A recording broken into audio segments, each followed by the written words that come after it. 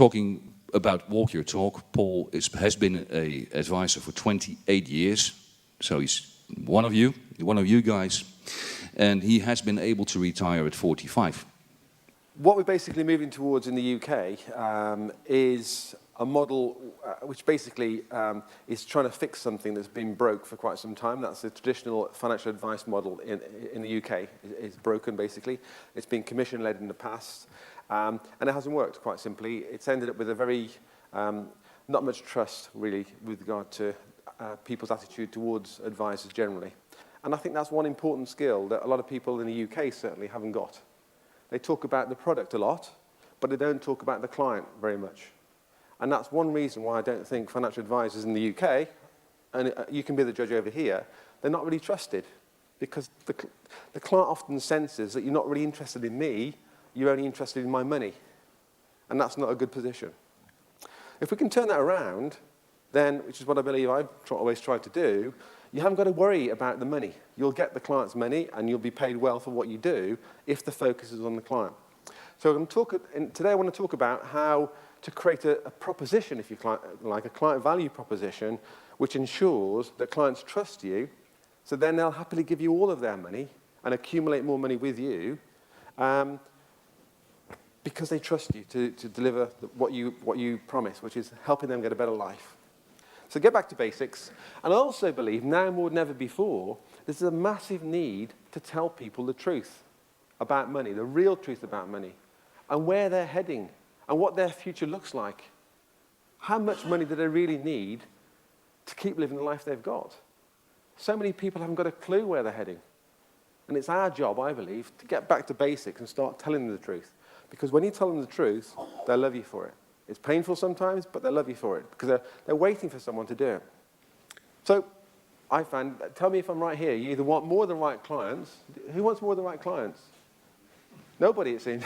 You do, yeah? Or you want to keep the ones you've got. That's an important thing here. Keeping the ones you've got. Or both. Yeah? So my question in the UK, and I guess it's going to be the same for you guys as well, is what you're going to do for these people then. If you want more of these right clients, what is your service for these people each and every year? In return for this valuable recurring income, possibly from assets under management, yeah? What is your service? Is it manage their money? Okay, what's interesting is that when I ask that question to a UK audience, and I say to them, what is it that people want? Advisors say to me, they want to be able to trust you. They want a trusting relationship with their advisor. They want you to be well qualified, they tell me. And I say to them, I say, is that what they want? Or is that what they expect? Okay, lifestyle financial planning, though, this is a real key about lifestyle financial planning. It's advice that revolves around your client, not their money. Okay, I want to stress this point here. We're talking about creating a client value proposition that revolves around your client, not their money. Now, when you do that, you happen to get this feeling of trust from your client, so they'll happily give you all their money to invest. Strange. So you take the focus off the money, you actually get more of the money. For lifestyle financial planning, then, it's not about products or investments. Okay? Lifestyle financial planning, those are just tools. I call them tools in the bag. Investments and products and pensions and insurances, and they're just tools in the bag. Okay? And we use them to get the job done. But I use the analogy of a mechanic, you know. If I have my car serviced by a mechanic, I don't really care what spanners he uses, what type of spanners, whether they're Stanley spanners or Snap-on spanners or they're from the finest store. I don't care. Made from the finest, I don't really care. They're just tools that he uses to get a job done.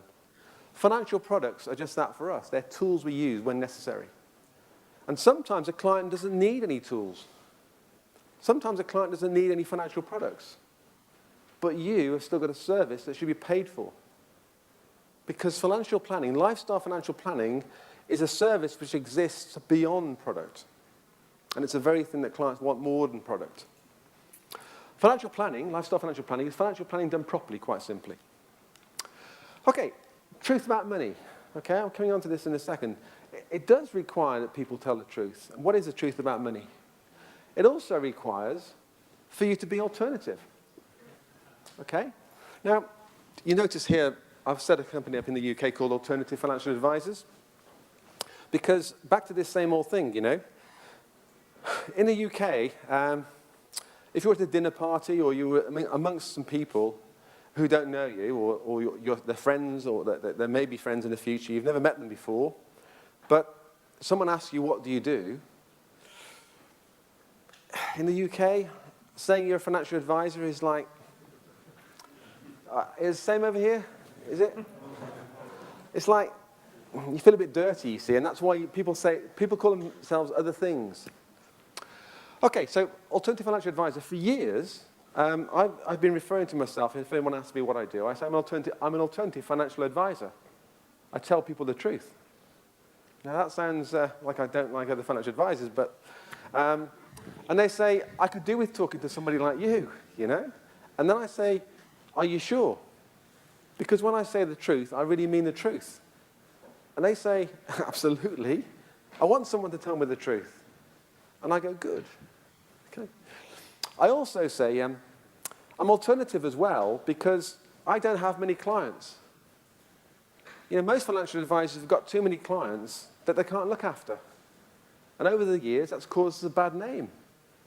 You know, an advisor sees you today and then you don't see them again until they've got something new to sell you. And that's why we're not trusted in the UK. Okay? So I don't do that. I haven't got many clients. In fact, I don't want many clients. Because what we do for clients is really special. I'm going to have to show you that, obviously. But because of that, if we take on a client, they have to be profitable clients. Is that okay with you? I would say to the client. And the client would say, of course it is. And I'd say, good. Ideally, very profitable. And clients go, great. You know, they expect you to have a profitable relationship with them. So from that moment forward, I thought, right, when I meet new clients, I'm going to tell them there are 3 parts to my job. The first part is that of a life planner.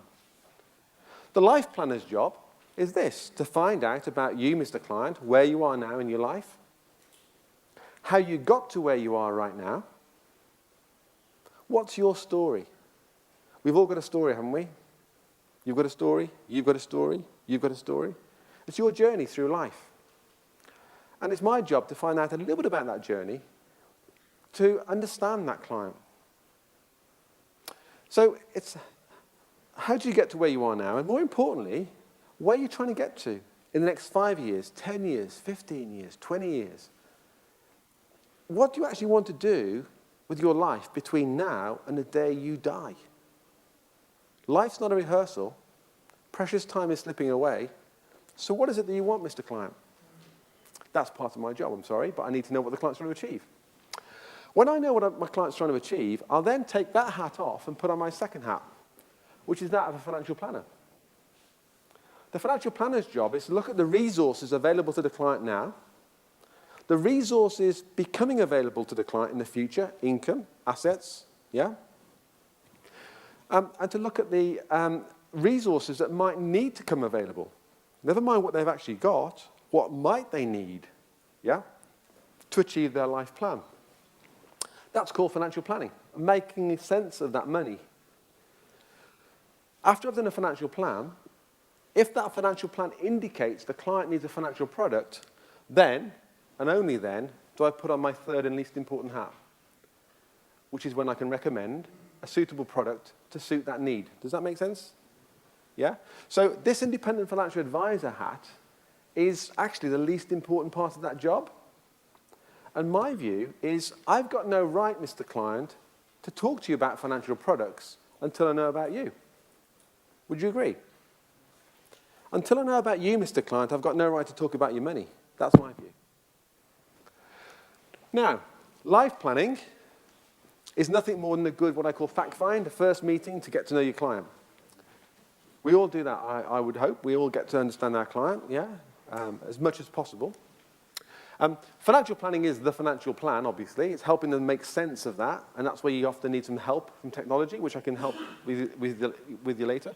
And I think the IFA part, the financial advice part, is the boring bit. I I mean, you tell me. Financial products often need lots of paperwork or online work, but ticking boxes, filling in forms, signing things. Is that correct? Same over here? Painful, isn't it? Compliance, is that true? Compliance issues and proof and liability as well, yeah? That's a bit I dislike. Okay. So, what I started to do, this is going back in the mid-90s, when I started to understand this stuff, I started to realize that life planning actually was a very important part of my job. And therefore, I started to charge my clients a monthly, sorry about the pound sign there, okay? But I started to charge my clients a monthly retainer, okay? A monthly little fee, a little one, £50 a month, okay? Which was basically a commitment fee, I called it, towards me and my firm and my service. Okay? If at any time in the future they didn't want my service, they can just stop paying me that fee. I take the risk. Okay? It's a commitment fee. That started to give me a little bit of recurring income, which is good. Then I started to build into any funds that we had an influence over, any of their money that I had an influence over, I would build in 0.5% per annum, that was my fee, of their funds or assets under management. Okay? Then, if a client needed an additional financial product, I would then receive a fee or a commission for that transaction. Does that make sense? So I've now created 3 ways to be paid. Yep. Now, my key, though, was this. My minimum fee per client then became £2,500 a year minimum. Okay? Eventually, I moved towards that. It wasn't always £2,500 a year. It crept up to that as you get more confident and better at it, and you get better referrals, you've got more money. You put your fees up, don't you? Don't you? Well, I do. Okay. So, but bear in mind, it's a minimum, okay? So that's the key word here. So if the remuneration to my firm is dependent on the asset value, i.e. the funds, and the funds go down, as can happen sometimes, my minimum then kicks in if it's gone below my minimum, okay? So the average tends to, in my firm, tends to be around £5,000 a year average, okay? So 100 clients. Yeah, 100 clients, that's all I want, 100 clients, paying £5,000 a year on average, is about £500,000 of UK sterling per advisor in a firm. That's a sort of recommended sort of model that I would work with. So that's the model I work with now. It wasn't always like that, okay? I haven't got particularly wealthy clients, and I haven't, the clients that I've got now, I haven't always had.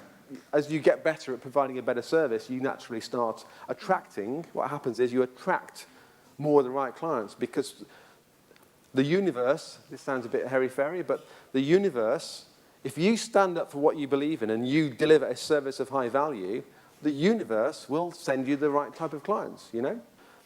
If you like this idea, as many people do, the idea that you can go out of here today with an idea and a sense of identity that says, I'm alternative because I tell people the truth. And I know that people want to hear the truth, and that's what I do now. From now on, I'm going to tell people the truth. It's a great feeling, I tell you. Because in here, in your heart, you feel good. Because it's your job to tell people the truth. Now, the problem is, if a client then says to you, well, go on then, tell me the truth. What do you say? Okay? So let's just explain to you what I mean by the truth about money. First of all, let's have a little look at what it isn't. Is that okay? What isn't the truth about money? Well, the truth about money is not, I don't know whether these names are over here. I think they are. Is that right? Aegon are better than Legal and General. Okay? That is not the truth about money. This fund is better than that fund is not the truth about money. This investment is better than that investment is not the truth about money. This pension is better than that pension. This platform is better than that platform. Okay? None of that is the truth about money. I have a term for it in the UK, which is a swear word, and I won't use it today. Okay? That is not the truth about money. Okay? More importantly, clients find it dull and boring. Okay? 40 minutes left. As much as that? Yeah. Excellent. Okay? Okay. Right. Clients find that dull and boring, right? It's not interesting. It may be to you because you like analysing this stuff, but to them it's like, come on, just get me to where I want to get to. That's all they want to know. So that isn't the truth. More importantly, it's not financial planning either. Because don't forget, those are just tools that we use if they need that tool. It's not financial planning. Whereas in the UK, loads of people who call themselves financial planners, that's all they do, is talk about that shite. Sorry. But that's what it is. It's not the truth. Those are things you do then after you've done financial planning, okay? So what is the truth about money? It's this. It's helping clients wake up to an absolute fact, okay? So, you see, the truth about money, let's just go back a second.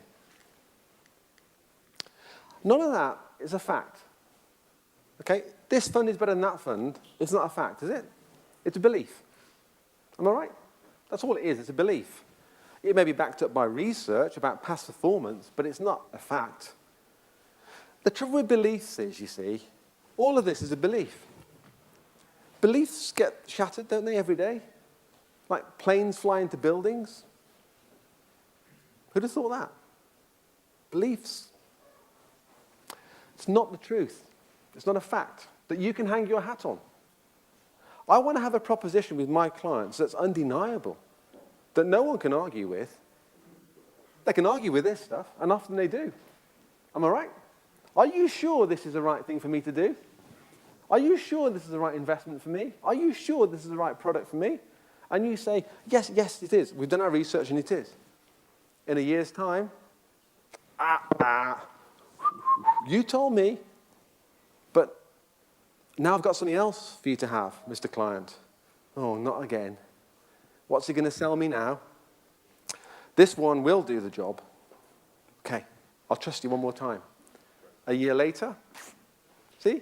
It's no proposition don't have a proposition that revolves around that. Do those things, but because they need to be done, yeah? But it's not your proposition. The proposition has got to be based on a fact that I can't argue with, that you can't argue with. At least I hope you can't. What is that fact? What is an undeniable truth that forms a major part of my service? It's this. Can any of you guys argue with that? Anyone want to disagree with that statement? Anyone brave enough to suggest that that isn't true?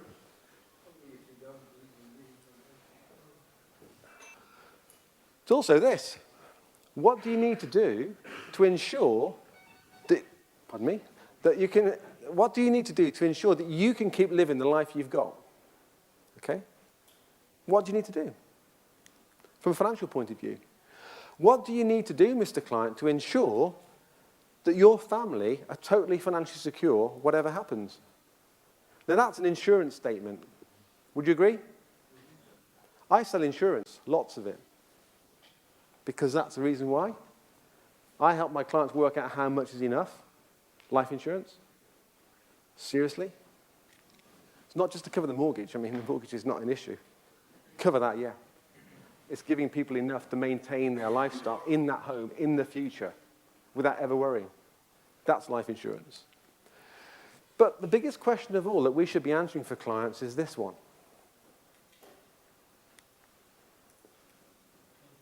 How much is enough? I'll ask you guys. How much is enough? Correct. Lifestyle drives that question, you see. How much do you need, okay? How much do you need to keep living the life you've got? Or to start living the life you want? These are the questions that we should be answering for clients right now. Now more than ever before. With the credit crunch and doubt about the future and all these things gives reasons as to why people are concerned. We can come to their aid by giving them the most important answer of all. How much is enough?